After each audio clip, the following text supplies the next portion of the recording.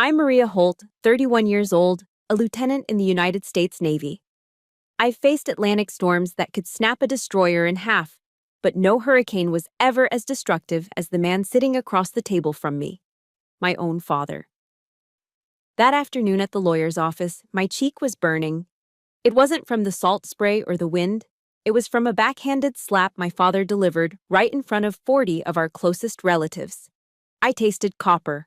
Blood was trickling from the corner of my lip. My father stood over me, veins bulging in his neck, screaming, "You selfish little brat! Sign the transfer papers for your brother. He's a man. He needs this house more than you do." My brother, Eric, just sat there, smirking, legs crossed, acting like robbing me of my inheritance was his birthright. They thought I was still the weak little black sheep they could bully. But they didn't know that the man sitting at the head of the table, my late grandfather's attorney, was holding a file that wouldn't just strip them of the roof over their heads, but was about to send my father to federal prison for bank fraud. If you've ever been asked to set yourself on fire just to keep your ungrateful family warm, type "justice" in the comments and listen to this. The conference room at Harper & Dunn was designed to intimidate. It smelled of old money, a mixture of lemon furniture polish, leather-bound law books, and the stale, recycled air of expensive air conditioning. I walked in, my heels clicking rhythmically on the hardwood floor. I was wearing my service dress white uniform, choker collar, ribbons perfectly aligned, every crease sharp enough to cut glass. It was a suit of armor I'd earned through sweat and tears. But the moment I stepped across the threshold, I felt that old, familiar, suffocating feeling. To the United States Navy, I was a lieutenant. To the people in this room, I was invisible. About 40 relatives were crammed into the room, buzzing like flies. Aunts who hadn't sent me a birthday card in a decade. Cousins who only called when they needed bail money. They all went silent as I entered. Their eyes weren't welcoming. They were calculating. They were vultures circling a carcass, waiting to see what scraps my grandfather, Walter Morgan, had left behind. And there, sitting at the head of the mahogany table as if he owned the building, was my father, Robert Holt. He looked like a caricature of a Westport gentleman falling from grace. He was wearing a navy blue blazer that was straining at the buttons and a pair of khakis that had seen better days. Even from 10 feet away, I could smell him. It was a nauseating blend of Old Spice cologne trying desperately to cover up the sour, oaky stench of Jim Beam bourbon. He was already drunk at 2 p.m. on a Tuesday. Next to him sat Eric, my older brother, the golden child. He was 34 years old, wearing a Ralph Lauren polo shirt that I knew he put on my dad's credit card. He didn't even look at me. He was too busy scrolling through his iPhone, looking bored, as if attending his grandfather's will reading was a massive inconvenience to his unemployed schedule. I took the only empty seat, directly across from them. Arthur Callahan, my grandfather's attorney and oldest friend, cleared his throat.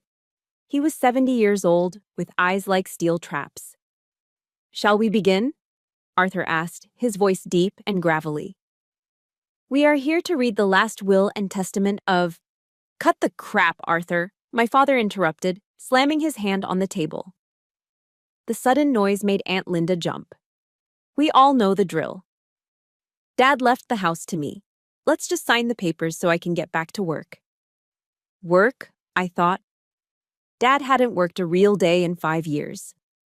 He spent his days driving his leased Ford F-150 around town to keep up appearances. Arthur adjusted his glasses, his expression unreadable.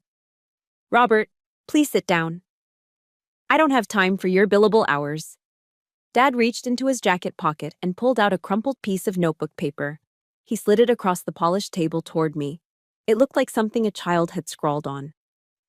"Sign this, Maria," Dad commanded. He didn't ask. He ordered. I looked down. It was a handwritten note stating that I, Maria Holt, voluntarily relinquished any and all claims to the estate in favor of Eric Holt. I looked up, meeting his bloodshot eyes. "What is this?" "It's a formality," Dad sneered, his lip curling. "You're in the Navy. You have the government taking care of you. You have a cot to sleep on and a mess hall to eat in. You don't need a house in Connecticut. Eric needs it. He's a man. He has a future to build. The sexism was so casual, so practiced, it almost didn't register as an insult. It was just the air we breathed in the Holt house. Eric finally looked up from his phone and gave a small, pitiful shrug, as if to say, "What can you do? I'm just special." "I'm not signing that," I said. My voice was calm, trained by years of shouting commands over the roar of jet engines. "Grandpa wanted me here. I'm waiting for Mr. Callahan to read the will." "You selfish bitch," Dad hissed. The room went deadly silent. "After everything I've done for you, you think you're better than us because of that costume you're wearing?" "It's a uniform, Dad. And yes, I am not signing." He moved faster than I expected for a drunk man. He lunged across the corner of the table. I saw the motion, but I didn't flinch. I wouldn't give him the satisfaction. Crack! His open palm connected hard with the side of my face. The sound echoed off the wood paneling like a gunshot. The force of it knocked me sideways, my chair skidding against the floor. I tasted the hot, metallic tang of blood instantly as my lips split against my teeth. Gasps filled the room. Uncle Bob half rose from his chair but didn't move to help. Eric actually let out a short, sharp laugh. I slowly straightened my chair. I didn't touch my face. I didn't cry. I sat at attention, just like I was taught, staring straight ahead.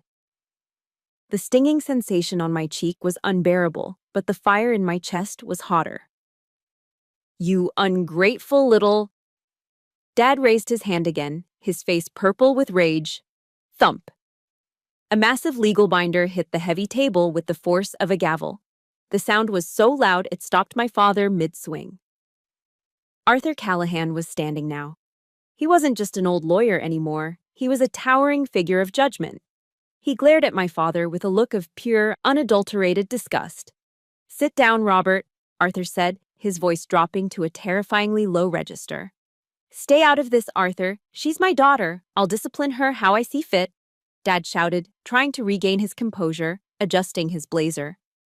Arthur opened the blue folder in front of him. He looked at the blood on my lip, then looked directly at my father. The silence in the room was heavy, suffocating. "Mr. Holt," Arthur said, articulating every syllable with lethal precision. "I strongly suggest you keep your hands to yourself, because you just struck the actual owner of the house you're living in." The stinging sensation on my cheek began to fade into a dull, throbbing ache, but the memory it unlocked was sharper than ever. That slap wasn't an isolated incident, it was the physical punctuation mark on a sentence that had been written since I was 5 years old. Sitting there in that air-conditioned law office, staring at the man who had just struck me, I wasn't seeing the aging alcoholic in a cheap blazer. I was seeing the father who had systematically erased me from his life, one missed milestone at a time. You see, in the Holt household, there were two distinct roles. Eric was the golden child, the fragile prince who needed to be protected from the cruel world. And I was the insurance policy, the backup plan, the one who was low maintenance. It started with the birthdays. I remember my sweet 16 vividly. In Westport, turning 16 is a coronation.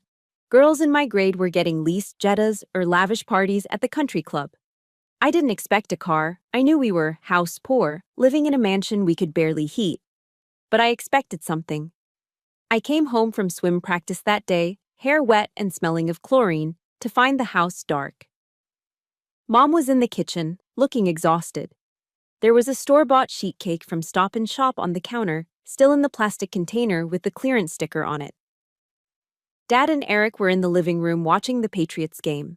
Dad didn't even look up when I walked in. He just yelled, "Maria, keep it down, it's third and long." No happy birthday, no balloons. Just a clearance cake and the flickering light of the TV. Contrast that with Eric.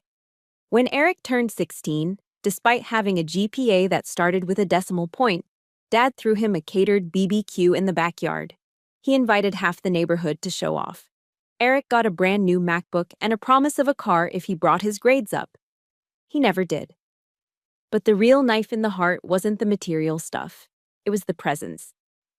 Throughout high school, I practically lived in the pool. I was the varsity swim captain by my junior year. I woke up at 4:30 a.m. every single morning to train. I smelled permanently of chlorine and determination. I broke the state record for the 100-meter butterfly during the regional championships. I remember standing on the podium, the gold medal heavy around my neck, water dripping from my nose. I looked up into the bleachers, searching the sea of parents cheering for their kids.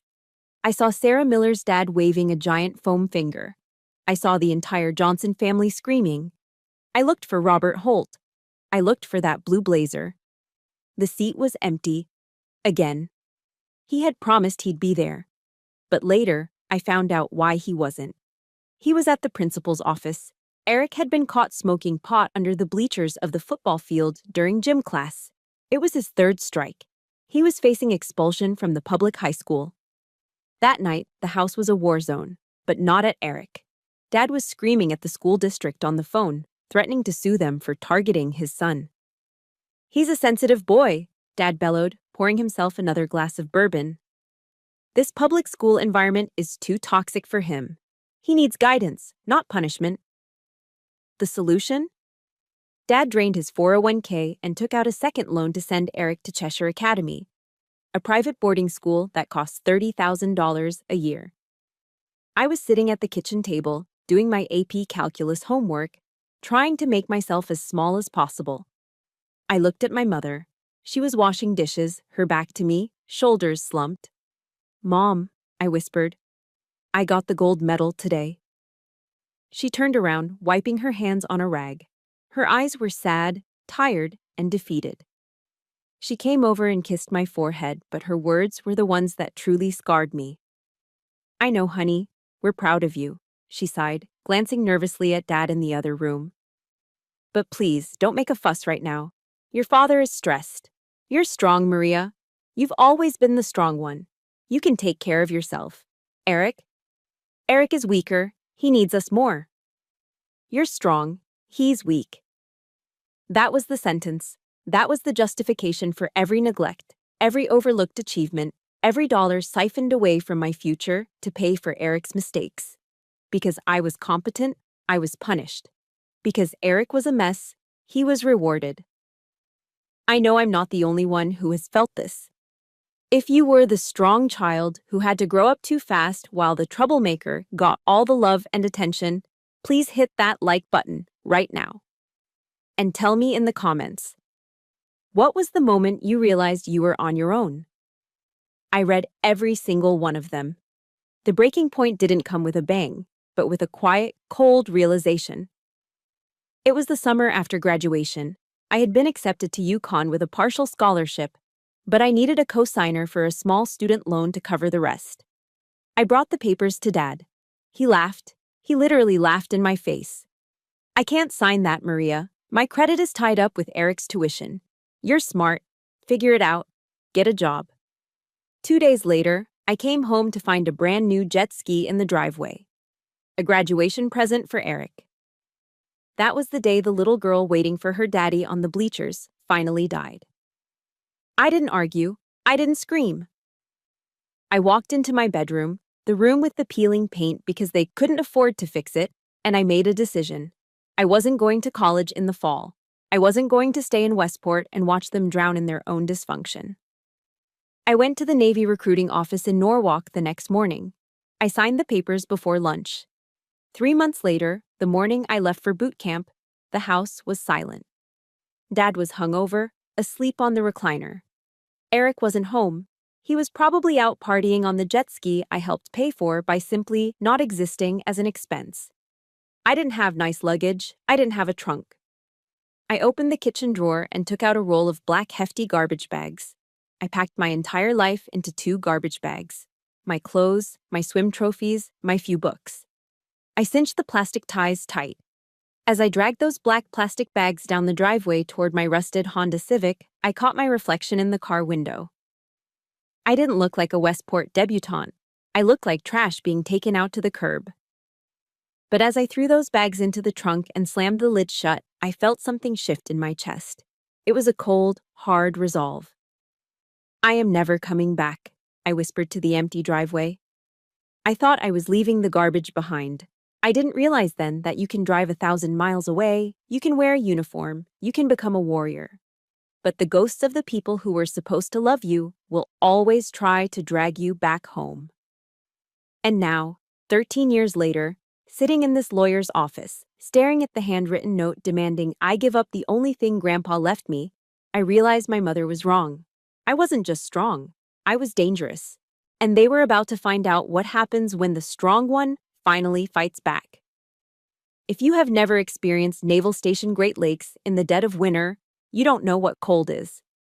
It wasn't just a temperature, it was a physical assault. The wind coming off Lake Michigan didn't just chill you, it hunted you. It found every gap in your uniform, every weakness in your resolve, and it tried to freeze you from the inside out. But for me, the cold was a mercy. It numbed the pain of leaving home. My new reality was a world of gray concrete, shouting voices, and absolute, non-negotiable discipline. My recruit division commander, a petty officer first class with a voice like a chainsaw, didn't care that my father ignored me or that my brother was the favorite. He didn't care about my feelings at all. He only cared about one thing. Could I follow orders? It started with the bed.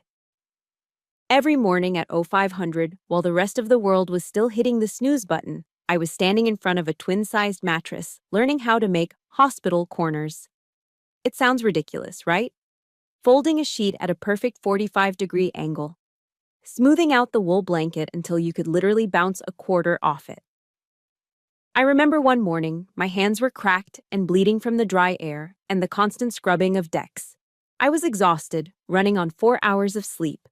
I looked at that bed, and I remembered a speech I'd read by Admiral McRaven. He said that if you make your bed every morning, you will have accomplished the first task of the day. It will give you a small sense of pride, and it will encourage you to do another task and another. So, I made the bed. I smoothed the wrinkles. I made it perfect. In that small act, I found something I never had in Westport: control. I couldn't control my father's drinking. I couldn't control Eric's entitlement. But I could control this bed. I could control my uniform. I could control my mind. While I was crawling through mud pits under barbed wire, gasping for air in the tear gas chamber, and eating MREs, meals ready to eat, that tasted like cardboard and preservatives, my old life was continuing without me. I remember one rare afternoon during holiday routine when we were allowed access to our phones for 30 minutes. I opened Instagram, my fingers stiff and calloused. The first photo on my feed was Eric. He was in Cabo San Lucas for spring break. He was shirtless, holding a bottle of tequila, surrounded by girls in bikinis. He looked tan, happy, and completely unburdened. The caption read, "Living the life. Thanks, Pops." I looked down at my own dinner, a packet of Chili Mac MRE that I was heating up with a chemical reaction bag. Eric was burning through thousands of dollars of Dad's money on shots and jet skis. I was earning my paycheck, meager as it was, by learning how to keep a ship afloat during combat. The contrast made my stomach turn, but it also fueled a fire in my gut. Let him have the fun. I was building a future. 5 years went by. They weren't easy years, but they were mine. I worked my way up. I went from an enlisted sailor to an officer, earning my commission through sheer grit. I became a lieutenant junior grade. I deployed. I saw the Atlantic, the Mediterranean.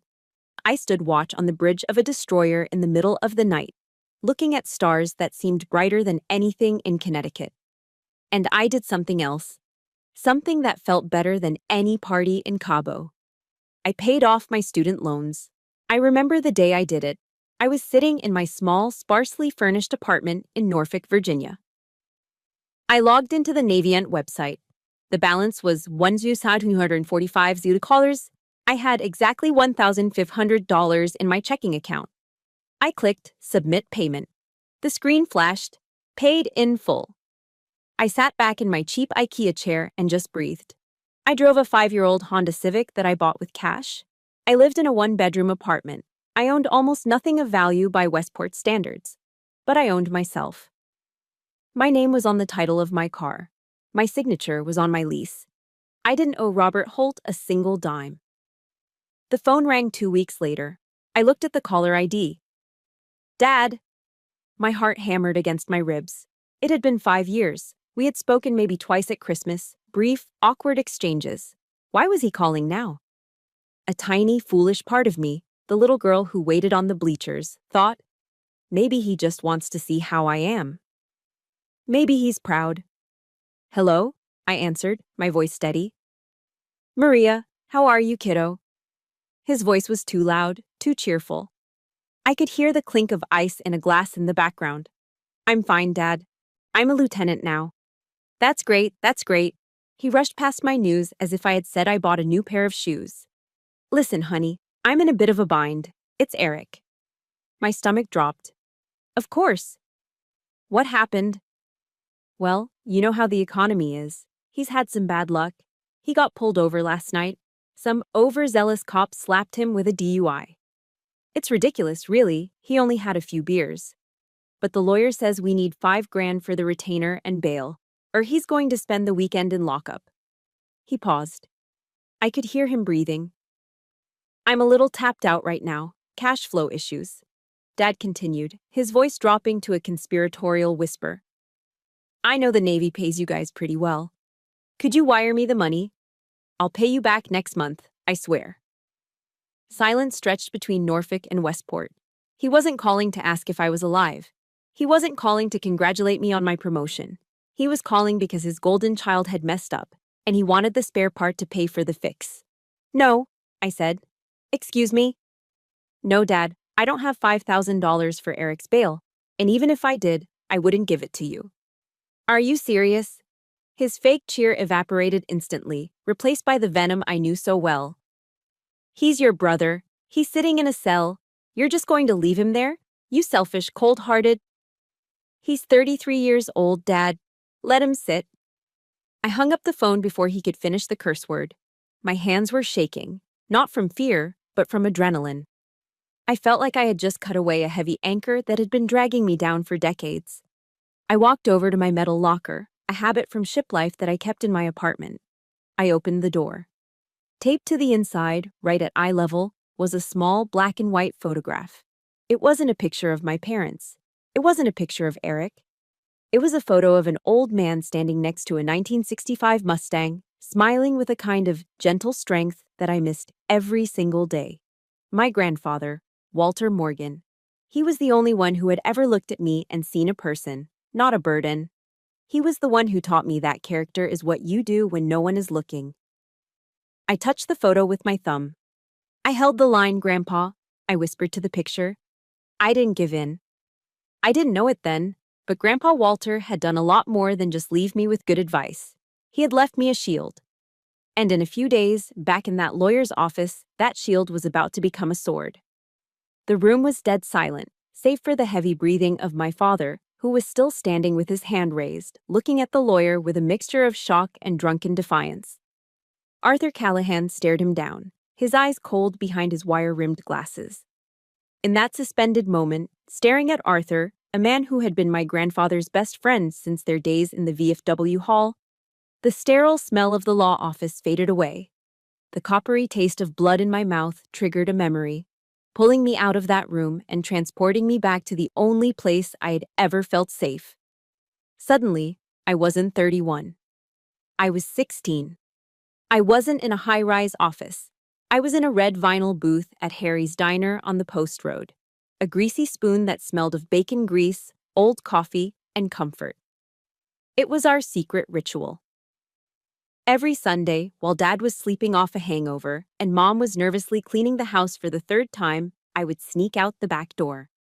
Grandpa Walter would be waiting for me in his 1965 Mustang, the engine idling with a low, steady rumble. We wouldn't say much on the drive. Grandpa was a World War II veteran, a man who had seen the Pacific Theater and learned that words were cheap, but actions meant everything. We'd park, walk into the diner, and sit in the same booth near the back. The waitress, a woman named Dottie who had a beehive hairdo that defied gravity, would bring our order without us even asking. Black coffee for him and a slice of warm apple pie a la mode for me. I could see him now, clear as day.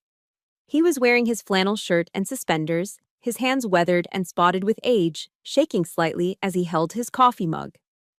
"How are things at the asylum?" he would ask. That was his name for my parents' house. "Dad bought a new boat," I told him once, pushing my fork into the melting vanilla ice cream. "But he told Mom we can't afford to fix the furnace." Grandpa Walter didn't get angry. He didn't yell.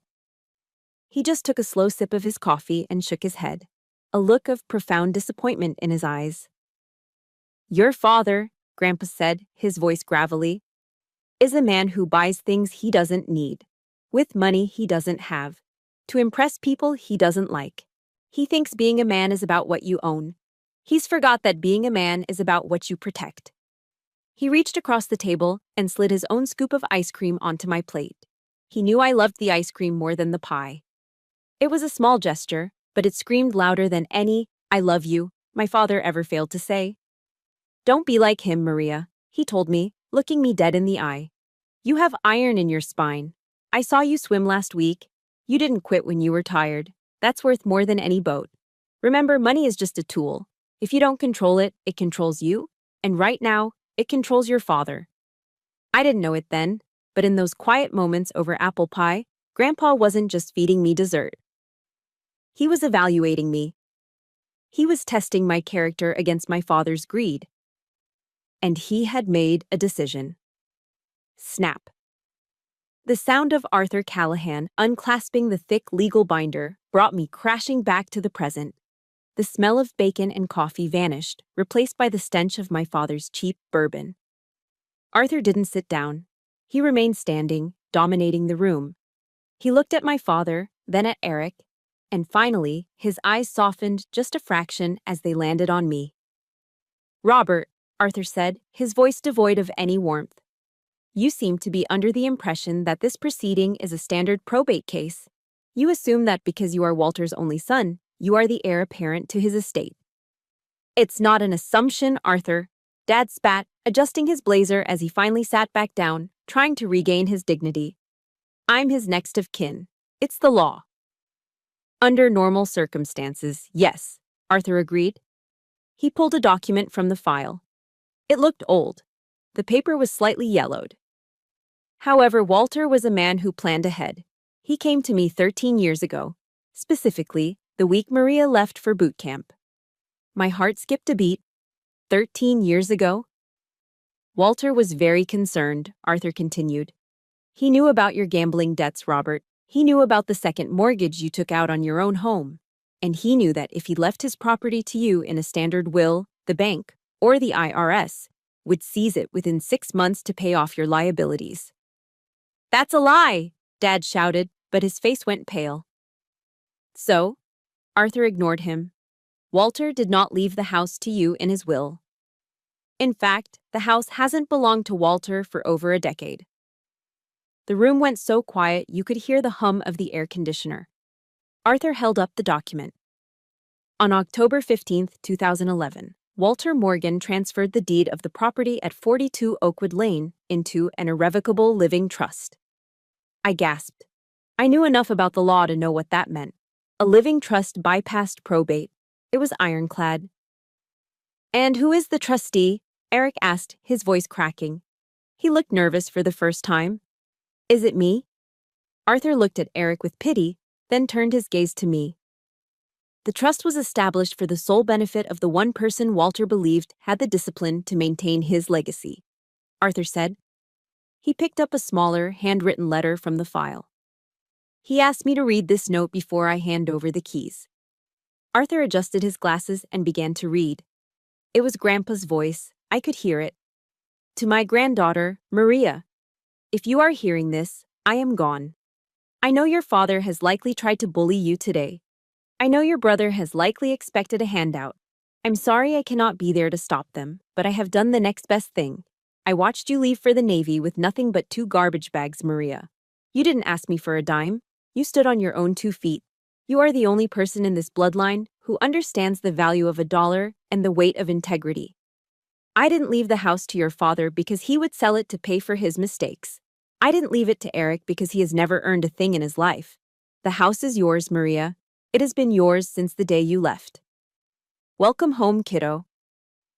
Arthur lowered the letter. He looked at my father, whose mouth was hanging open, his face a mask of absolute horror.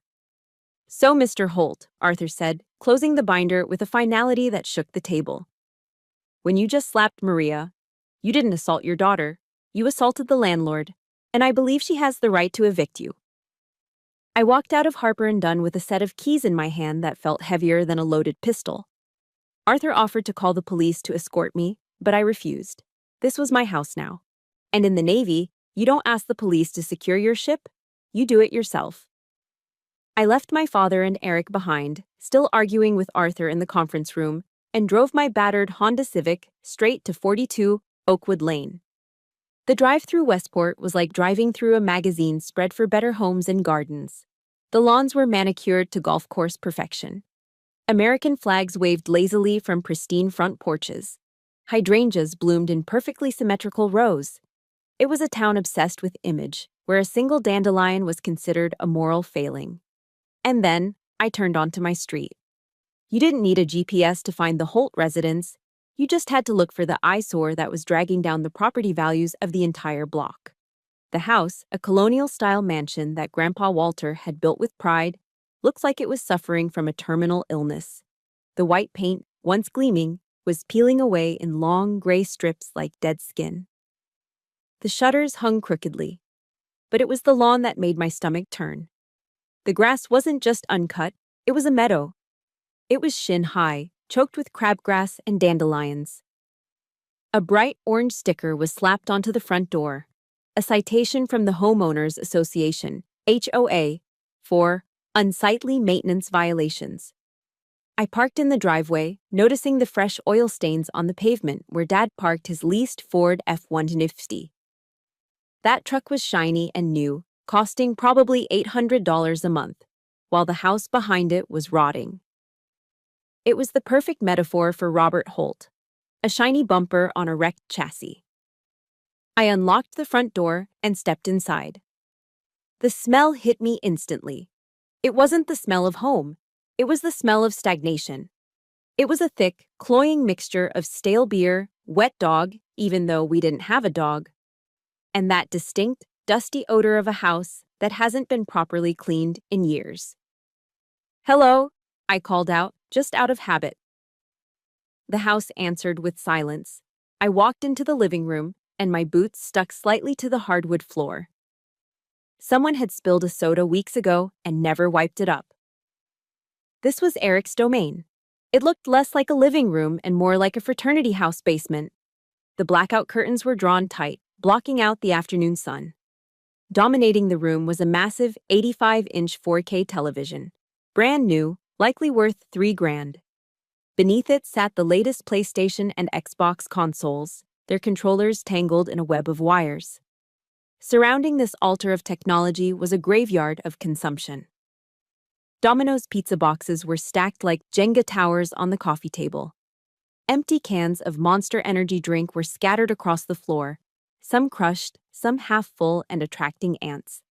A laundry basket overflowed with Eric's designer clothes, Ralph Lauren, Vineyard Vines, all crumpled and stained. I looked at the chaos with a cold military detachment. This was a 34-year-old man's life. He had no job, no prospects, and no shame. He lived like a king in a castle he didn't pay for, while Dad enabled every pathetic inch of it. I didn't touch anything. I turned on my heel and headed for the one room that mattered, the study. This used to be Grandpa's sanctuary. It was where he taught me how to balance a checkbook. It smelled of pipe tobacco and old paper back then. I pushed the heavy oak door open. Dad had taken over this room, obviously. The air here was heavy with the smell of despair. The beautiful mahogany desk was buried under mountains of paper. Not organized files, but piles of unopened mail. It was the filing system of a man who is terrified of the truth. I walked behind the desk and sat in the leather chair. It squeaked in protest. I felt like an intruder, but then I remembered Arthur's words. "You are the landlord." I started digging. The first layer of the pile was standard junk mail. Credit card offers. Catalogs for luxury watches Dad couldn't afford. The second layer was darker. Past due notices, Verizon, Eversource Electric, the water company. All of them had angry red stamps on them. Dad was months behind on utilities. But as I dug deeper, reaching the bottom of the drawer where he had shoved the things he really didn't want to see, my blood ran cold. I found a thick envelope from First National Bank. It had been opened, crumbled, and smoothed back out. I pulled out the letter. The header was in bold, terrifying font. Notice of default and intent to foreclose. I scanned the document, my military training kicking in, looking for the data points. Borrower, Robert Holt. Property, 42 Oakwood Lane. Loan type, HELOC, Home Equity Line of Credit. Outstanding balance, $845,000. I froze. I reread the number. $845,000. Confusion washed over me, followed quickly by a sharp pang of suspicion. Wait, I whispered to the empty room. This doesn't make sense. Arthur had just told me that the house was in an irrevocable trust. That meant Grandpa owned it through the trust, not Dad. To take out a home equity line of credit, you have to own the equity. You have to be on the deed. How could my father borrow nearly $1 million against a house that legally didn't belong to him? I scrambled through the papers, looking for the loan application. I found a copy of the deed attached to the loan documents. My eyes widened. There, at the bottom of the deed transfer, was a signature. Walter Morgan. The date on the signature was 2 years after Grandpa died. My breath hitched in my throat. The realization hit me with the force of a physical blow. Dad hadn't just been irresponsible. He hadn't just been lazy. He had forged a dead man's signature. He had committed federal bank fraud to turn Grandpa's legacy into a personal ATM for his booze and Eric's toys. Outside, the gravel crunched. I heard the distinctive roar of a Ford F-150 engine aggressively revving in the driveway. A car door slammed shut. Then, another. "Where is she?" I heard Dad's voice screaming from the front yard, slurring and enraged. "Where is that ungrateful little traitor?" I looked down at the paperwork in my hand, the evidence of a felony that would put my father in prison for 20 years. I didn't feel fear anymore. I stood up, smoothing the front of my white uniform. I picked up the stack of papers. The inspection was over. It was time for the court-martial. The front door slammed shut downstairs with enough force to shake the floorboards beneath my feet. "Maria!" My father's voice roared from the foyer, a slurred, guttural sound that echoed up the staircase. "Get down here. I'm not done with you." I checked my watch. Based on the heaviness of his footsteps and the stumbling rhythm, I estimated I had less than 2 minutes before he made it up the stairs. 2 minutes. In the Navy, you can launch a counteroffensive in less time than that. I ignored his shouting. I sat in Grandpa's leather chair, my heart rate steady, my eyes locked on the stack of papers in front of me. The document in my hand wasn't just a bill. It was a crime scene. It was a loan application for a home equity line of credit, HELOC, from First National Bank, dated June 14, 2019. I stared at the date. June 2019. My grandfather, Walter Morgan, died in February 2017. I flipped to the signature page. There, on the line marked Owner Borrower, was a signature, Walter Morgan. It was a forgery. And it wasn't even a good one. The handwriting was shaky, mimicking Grandpa's old-fashioned cursive, but I recognized the heavy, aggressive pen strokes. It was Dad's hand. He had walked into a bank 2 years after his own father's funeral and pretended Grandpa was still alive to secure a loan. He must have forged a power of attorney or bribed a notary public. In the state of Connecticut, that's not just fraud. That's identity theft and grand larceny. "He didn't just break the rules," I whispered, my finger tracing the fake signature. "He broke the law." I flipped to the transaction history. If Dad had borrowed nearly $850,000 against the house, where did the money go? The house was falling apart. The roof was leaking. The money certainly wasn't spent on maintenance. I followed the money trail. It was sickening. October 2019, wire transfer, $85,000, BMW of Ridgefield. That was Eric's M3, the one he accidentally wrapped around a telephone pole 3 months later. Dad had told everyone insurance covered it. That was a lie. He bought it cash with Grandpa's equity. November 2019 through present, cash withdrawals, Mohegan Sun Casino. The entries were repetitive and escalating. $5,000. $10,000. One weekend in July showed a withdrawal of $50,000. My father wasn't just a casual gambler, he was a whale. He was hemorrhaging money at the blackjack tables, betting away the legacy Grandpa spent 50 years building. Monthly recurring payment, American Express, $12,400. I looked at the reference number. It was linked to a platinum card. The supplementary card holder, Eric Holt. My brother was living a six-figure lifestyle, dinners in New York City, bottle service at clubs, designer clothes, and he was paying for it with the walls of this house. I felt a cold fury rising in my chest, different from the anger I felt earlier. This was clarity. They hadn't just been mean to me, they were criminals. They were parasites who had hollowed out this family from the inside. If I called the FBI right now, Robert Holt wouldn't just be evicted. He would be facing federal charges. Wire fraud alone carries a sentence of up to 20 years. The realization hit me hard. I wasn't just holding a file, I was holding the button to a nuclear option. I could destroy him. I could send my own father to a federal penitentiary where he'd trade his Ralph Lauren blazers for an orange jumpsuit. I know I'm not the only one who has discovered a betrayal like this. It's a terrible feeling when you realize the people who are supposed to protect you are actually the ones stealing from you. If you believe that fraud is unforgivable, especially when it's family, please hit that like button right now. And tell me in the comments, if you found this evidence against your father, would you call the police? Type yes or no. Thump, thump, thump. The footsteps were in the hallway now, heavy, angry. Don't go in there, Dad, she's crazy. That was Eric's voice, high-pitched and whining, close behind him. Shut up, Eric. This is my house. I'll do what I want. The doorknob to the study rattled violently. It was locked. I had turned the latch the moment I walked in. Open this door, Maria, Dad screamed, pounding on the heavy oak wood. Open it or I'll kick it down. I stood up slowly. I didn't rush. I picked up the HELOC application, the bank statements, and the foreclosure notice. I aligned them perfectly in my hand. I took a deep breath. I checked my uniform one last time in the reflection of the window. I wasn't the scared teenager packing garbage bags anymore. I was an officer. And I was about to confront a hostile insurgent. I said, open it. Bam! The door splintered near the lock. He kicked it again. With a loud crack, the frame gave way, and the door swung open, banging against the bookshelf. Robert Holt stood in the doorway, breathing heavily.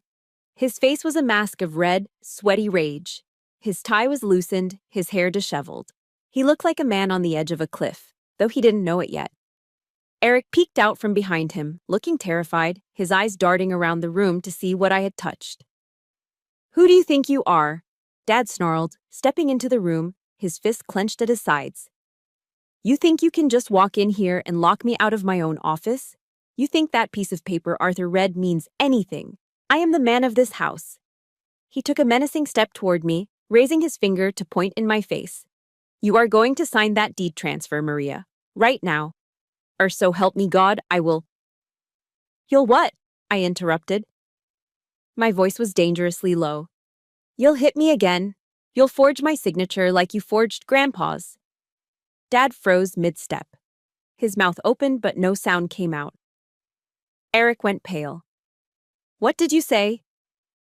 I lifted the file in my hand, holding it up like a weapon. I turned the page so the fake signature was facing them. I know everything, Dad, I said, my eyes locking onto his. I know about the HELOC. I know about the $800,000. I know about the casino runs to Mohegan Sun. And I know you committed federal bank fraud to get it. The color drained from my father's face so fast it looked like he was having a stroke. His arrogance evaporated, replaced instantly by the terrified look of a criminal who realizes the cops have arrived. he stammered, his hands shaking. That's not. Arthur calls this a dispute over a will, I said, stepping forward, forcing him to take a step back. But the FBI, they call this a felony. I tossed the file onto the desk. It landed with a heavy thud between us. So, I said, crossing my arms, let's talk about who is really leaving this house today. The air in the room was electric, charged with 30 years of unsaid words and suppressed anger. My father stared at the file on the desk, his face cycling through shades of purple I had never seen before. For a moment, I thought he might actually have a heart attack. But Robert Holt wasn't the type to go out quietly. He was a cornered animal, and cornered animals bite. You think you're so smart, he spat, his voice trembling with a dangerous mix of humiliation and rage. You come back here with your fancy uniform and your high and mighty attitude. Checking my books like you're the IRS? I'm checking the books because you stole the house, Dad, I replied, my voice steady, my posture relaxed but ready. I didn't steal anything. I raised you. I put food on your table, he screamed, spit flying from his mouth. And this is how you repay me? By threatening me with jail? He took another step forward. I didn't move. Give me those papers, Maria. No. That one word snapped the last thread of his control. With a roar that sounded more like a growl, he lunged at me. His hand was raised, aiming for my face again, just like at the law office. He wanted to slap the defiance out of me. He wanted to put the little girl back in her place. But the little girl wasn't home. My body moved before my brain even processed the threat. It was muscle memory, drilled into me on the mats at Quantico and the humid gyms of Norfolk. As his arm swung down, I didn't flinch. I stepped inside his guard, intercepting his wrist with my left hand while my right hand clamped down on his elbow. It was a basic joint manipulation technique from the Marine Corps Martial Arts Program, IMCMAPE. Simple, efficient, brutal if necessary.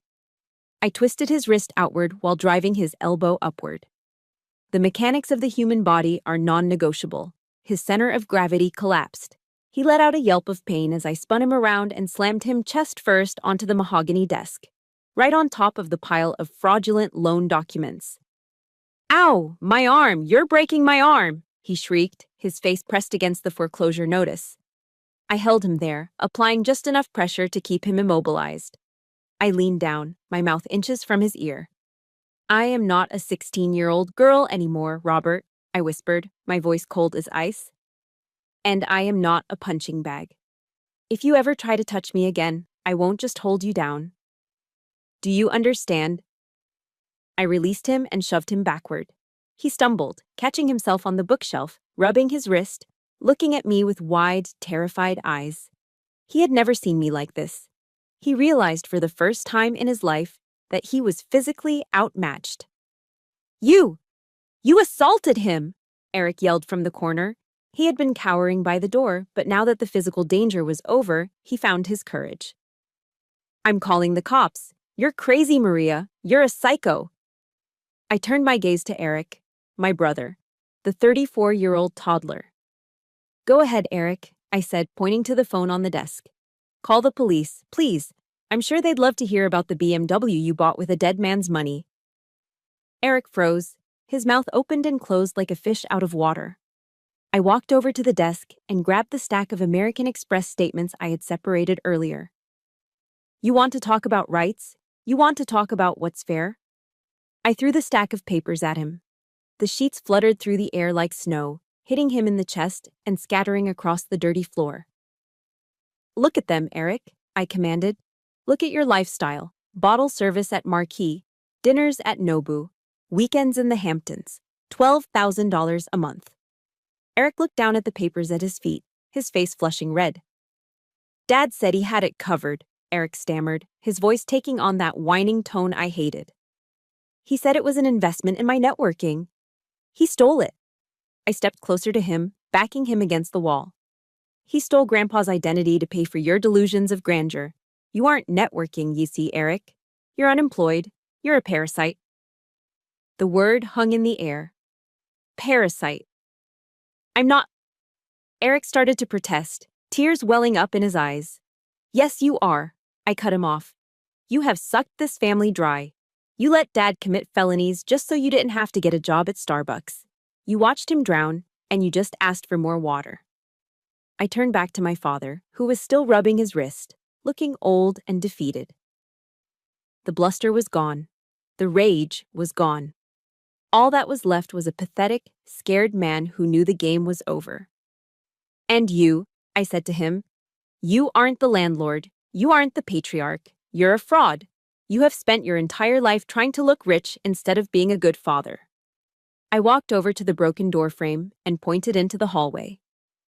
Grandpa Walter used to read the Bible to me on Sundays, I said, my voice softening just a fraction, not out of kindness, but out of solemnity. Do you remember his favorite verse, Dad? Galatians 6:7. My father looked at the floor, refusing to meet my eyes. Do not be deceived. God is not mocked, for whatever one sows, that will he also reap. I let the words sink in. You sowed neglect, Dad. You sowed abuse. You sowed lies and greed. And now? I gestured around the rotting room, at the foreclosure notice, at his terrified son. Now you are reaping the harvest. Maria, please, Dad whispered, his voice cracking. We have nowhere to go. The credit cards are maxed out. They'll take the truck next week. That sounds like a you problem, I said. Not a me problem. I checked my watch. It is 4:30 p.m. I am the trustee of the Walter Morgan estate. I am revoking your permission to occupy this property, effective immediately.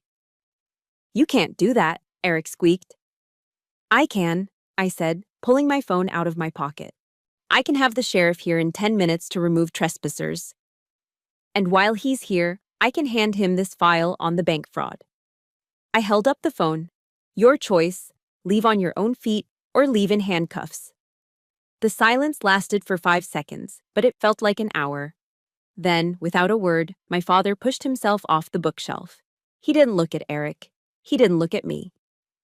He just walked out of the room, his shoulders slumped, a broken man. Eric looked at me, then at the scattered papers, then at his father's retreating back. You're a bitch, Maria, he muttered, grabbing his car keys. Maybe, I said, watching him scurry out the door. But I'm a bitch with a house, and you're just a guest who overstayed his welcome. Get out, right now. Silence is heavy.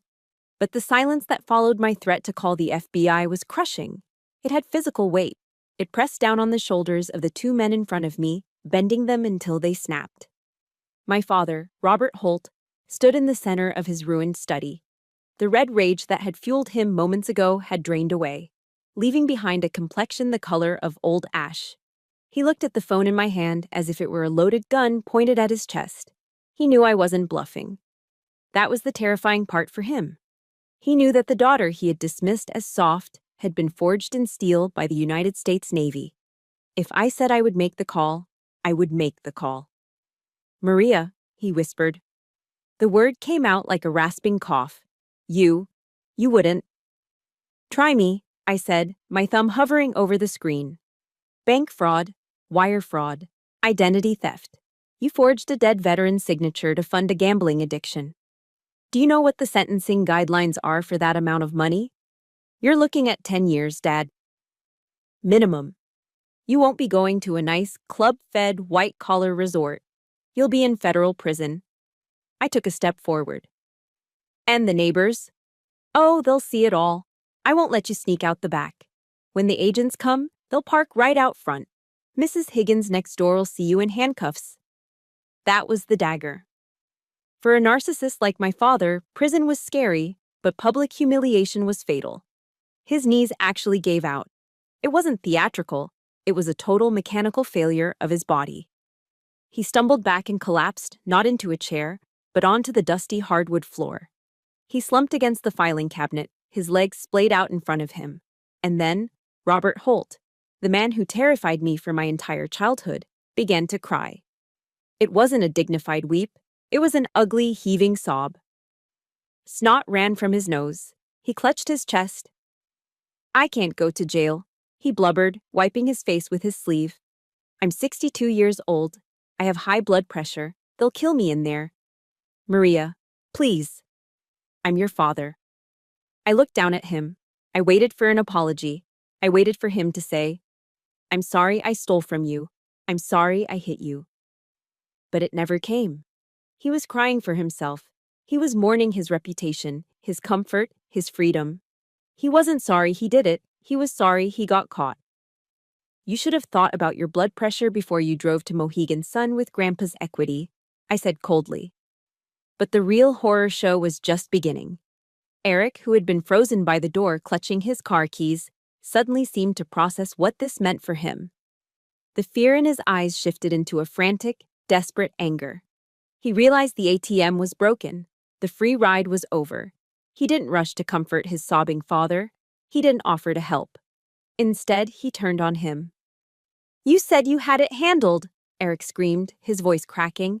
He threw his keys onto the floor. You told me the trust was just a rumor. You told me the money was ours. Dad looked up at his golden child, blinking through his tears. Eric, I tried. I did everything for you. You did nothing. Eric kicked the leg of the desk violently. You're a liar. You let me buy that car. You let me rack up the Amex. And now what? Now I'm supposed to go to jail too, because of you?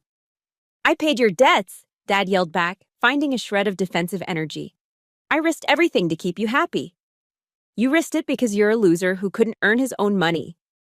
Eric spat the words out like poison. God, you're pathetic. Look at you, crying on the floor like a baby. No wonder Mom was always miserable. I stood there, motionless, witnessing a scene that felt almost Shakespearean in its tragedy. The two villains of my life were tearing each other apart. The golden child was devouring the king. It was the ultimate betrayal, yet it was completely predictable.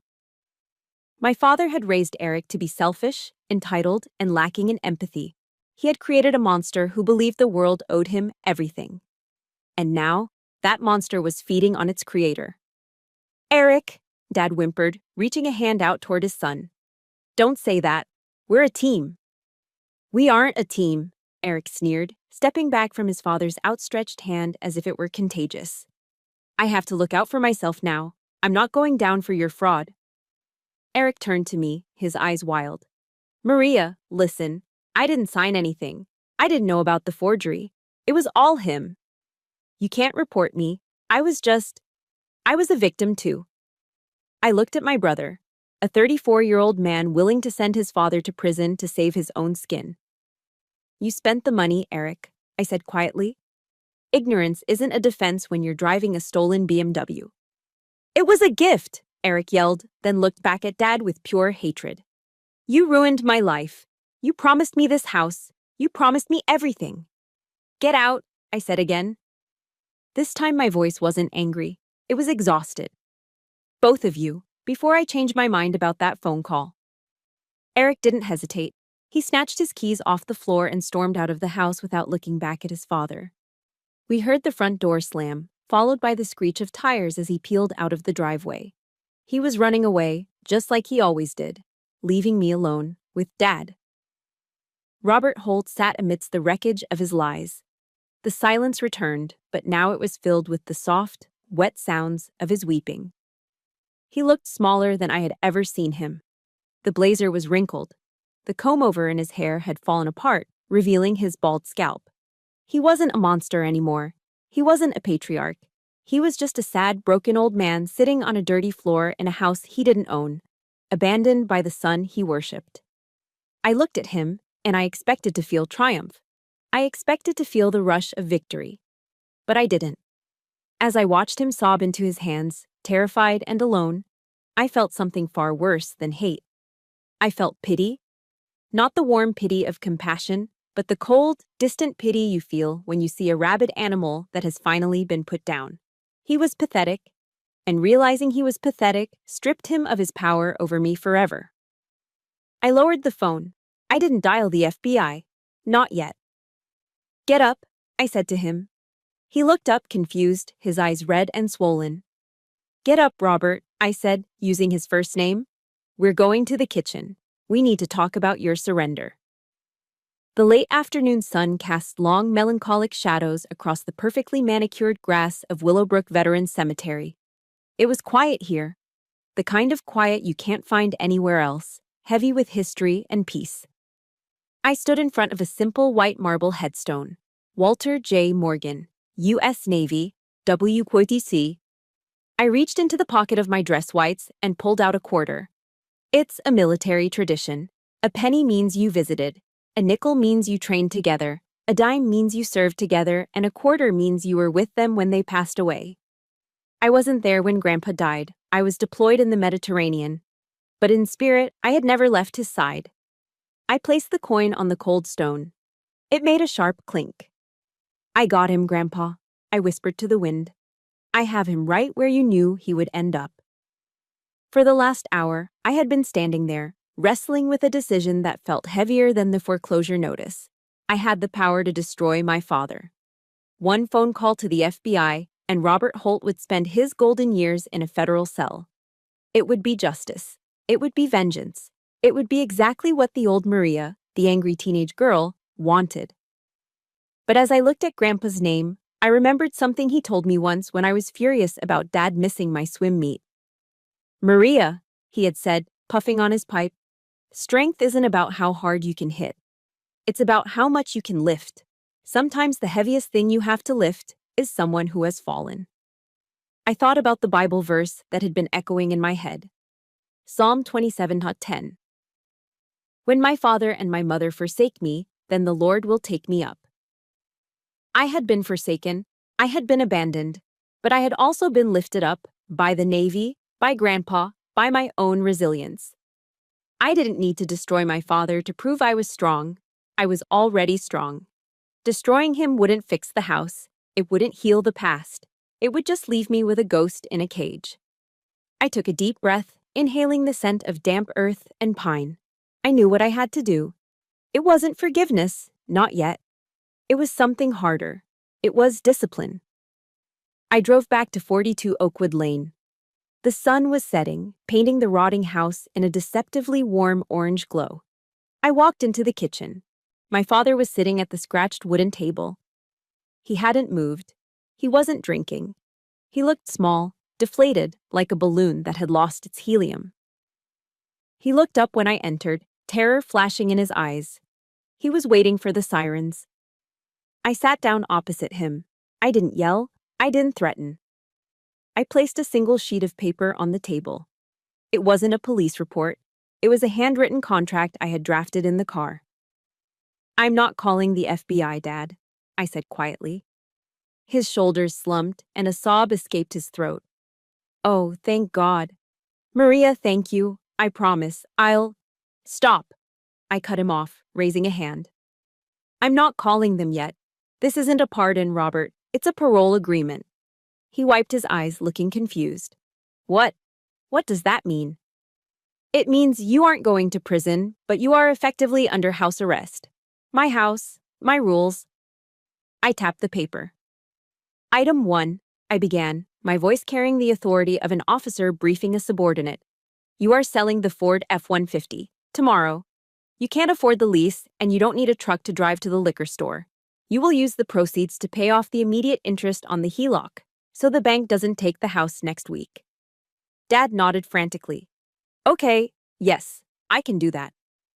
Item 2, I continued. The master bedroom is no longer yours. That is the owner's suite.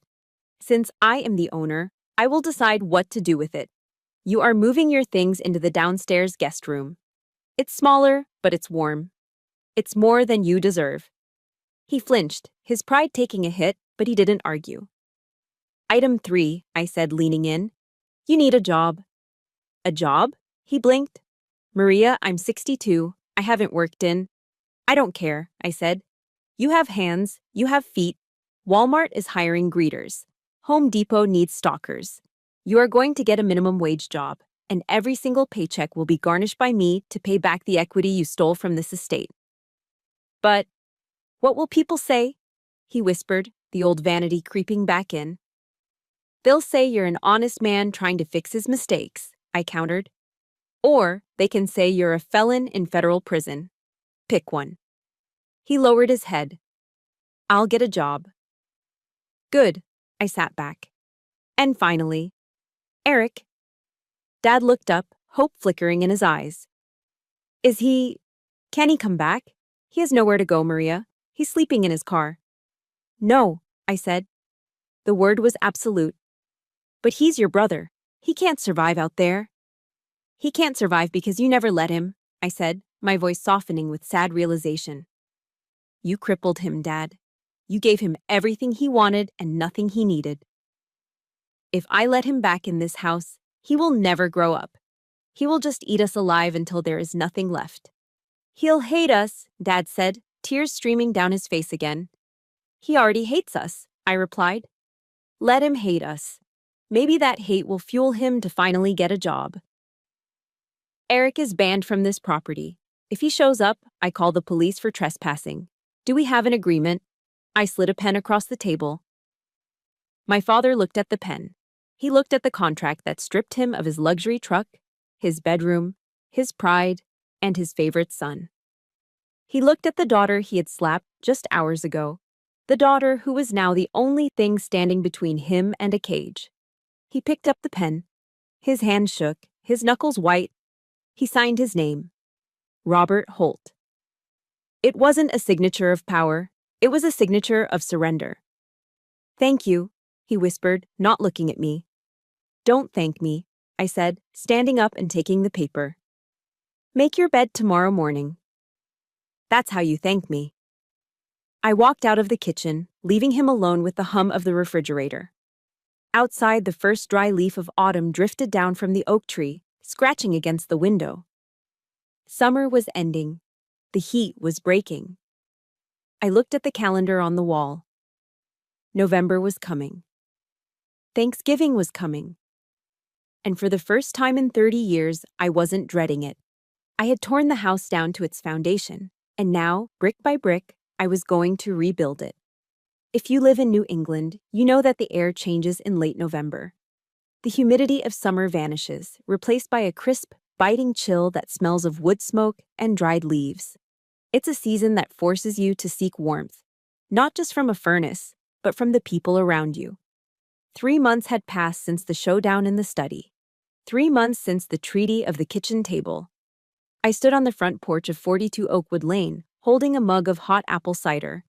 The house didn't look like a foreclosure waiting to happen anymore. The peeling paint had been scraped and primed.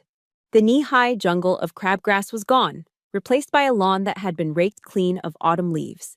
It wasn't perfect. The shutters still needed a fresh coat of black paint. But it looked cared for. It looked respected. Inside, the house smelled the way a home is supposed to smell on the fourth Thursday of November. It was a rich, savory symphony of roasting turkey, sage stuffing, caramelized onions, and the sweet, spicy scent of pumpkin pie. I walked back inside, wiping my boots on the mat. The TV in the living room was on low volume, broadcasting the Lions game, a Thanksgiving tradition that was as reliable as the sunrise. But the room itself was different. The mountains of pizza boxes were gone. The blackout curtains were open, letting in the pale afternoon light. And in the kitchen, standing over the oven with a pair of oven mitts, was my father. Robert Holt looked different. The navy blue blazer with the gold buttons was gone, likely sold at a consignment shop in Fairfield. He was wearing a simple flannel shirt tucked into a pair of Levi's that were a little loose around the waist. He had lost weight. He looked tired, yes. There were dark circles under his eyes, but he also looked solid. Hey, he said, pulling the 20-pound bird out of the oven. Steam billowed up, fogging his glasses. Check the temperature on this for me, will you? My eyes aren't what they used to be. Sure, Dad, I said, grabbing the meat thermometer. My back is killing me, he groaned. But there was a strange note of pride in his voice. We had a double truck shipment at the store yesterday, Black Friday prep. I hauled 50 cases of flat-screen TVs before lunch. Walmart keeps you busy, I said, checking the turkey. It's perfectly cooked, 165 degrees. Yeah, well, he wiped his hands on a dish towel. The manager, distinct kid named Jason, said I'm the only one who actually greets customers like they're human beings. Might make me a shift lead next month. It's an extra $1.50 an hour. I looked at him. 3 months ago, this man thought manual labor was beneath him. He thought an hourly wage was an insult. Now, he was bragging about a potential promotion at Walmart. He was working 40 hours a week, standing on concrete floors, earning his keep. He paid me rent every Friday, cash, to cover his share of the utilities and the debt he owed the estate. It wasn't a lot of money, but it was honest money. "Let's eat," I said. We sat at the dining room table. It wasn't set with the fancy china. We didn't need to impress anyone today. Just simple plates, the turkey, a bowl of mashed potatoes, and a can of jellied cranberry sauce because that was the only kind Dad liked. Dad picked up the carving knife. His hands, once soft and manicured, were rough now. He sliced the meat with a focus I hadn't seen in years. He poured us both a glass of iced tea. He had been sober for 88 days. "Maria," he said, putting the knife down. He didn't look at his food. He looked at me. His eyes were clear, free of the glassy haze of bourbon. "Yeah, Dad." "I want to say grace," he said. We bowed our heads. "Lord," he began, his voice raspy. "Thank you for this food. Thank you for this roof." He paused, swallowing hard. "And thank you for my daughter. Thank you for giving her the strength to stop me when I couldn't stop myself. I'm sorry, Maria, for everything.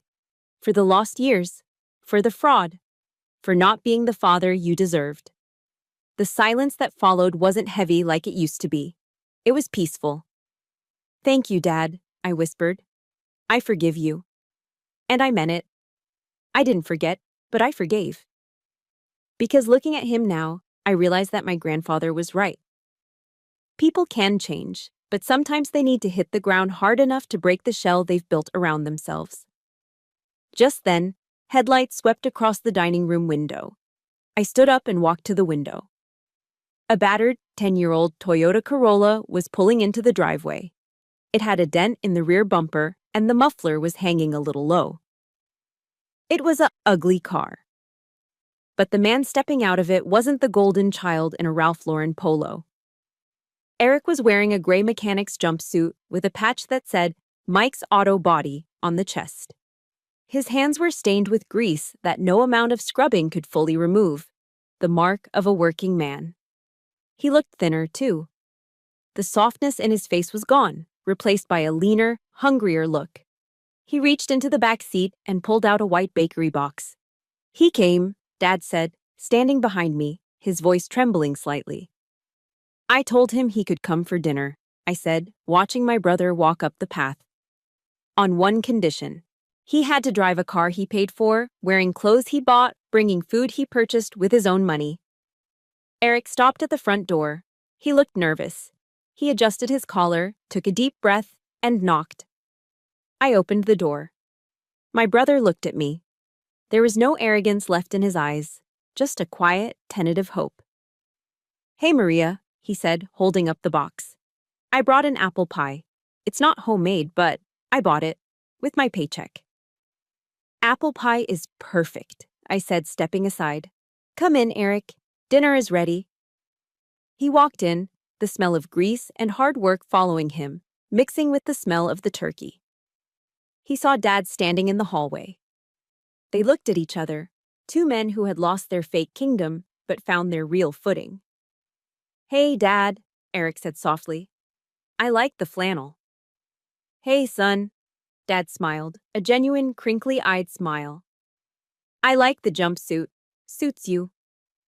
As I watched them walk into the dining room together, talking about Eric's new job fixing transmissions, I felt a warmth spread through my chest that had nothing to do with the heating system. I walked over to the mantel above the fireplace. There, in the center, was the framed photo of Grandpa Walter standing next to his Mustang. I touched the frame one last time. For years, I thought the inheritance was the house. I thought the legacy was the $14 million in assets the lawyer had mentioned. But I was wrong. The money was just paper. The house was just wood and stone. The real inheritance was this moment. It was the ability to take a broken, toxic mess and forge it into something real. It was the lesson that love isn't about enabling people to be weak. It's about challenging them to be strong. "We made it, Grandpa," I whispered. "We finally cleaned the house." I turned around and walked into the dining room to join my family. Not the family I was born into, but the family I had built. Looking back, I realized that the hardest battles aren't fought on the ocean, but at our own kitchen tables.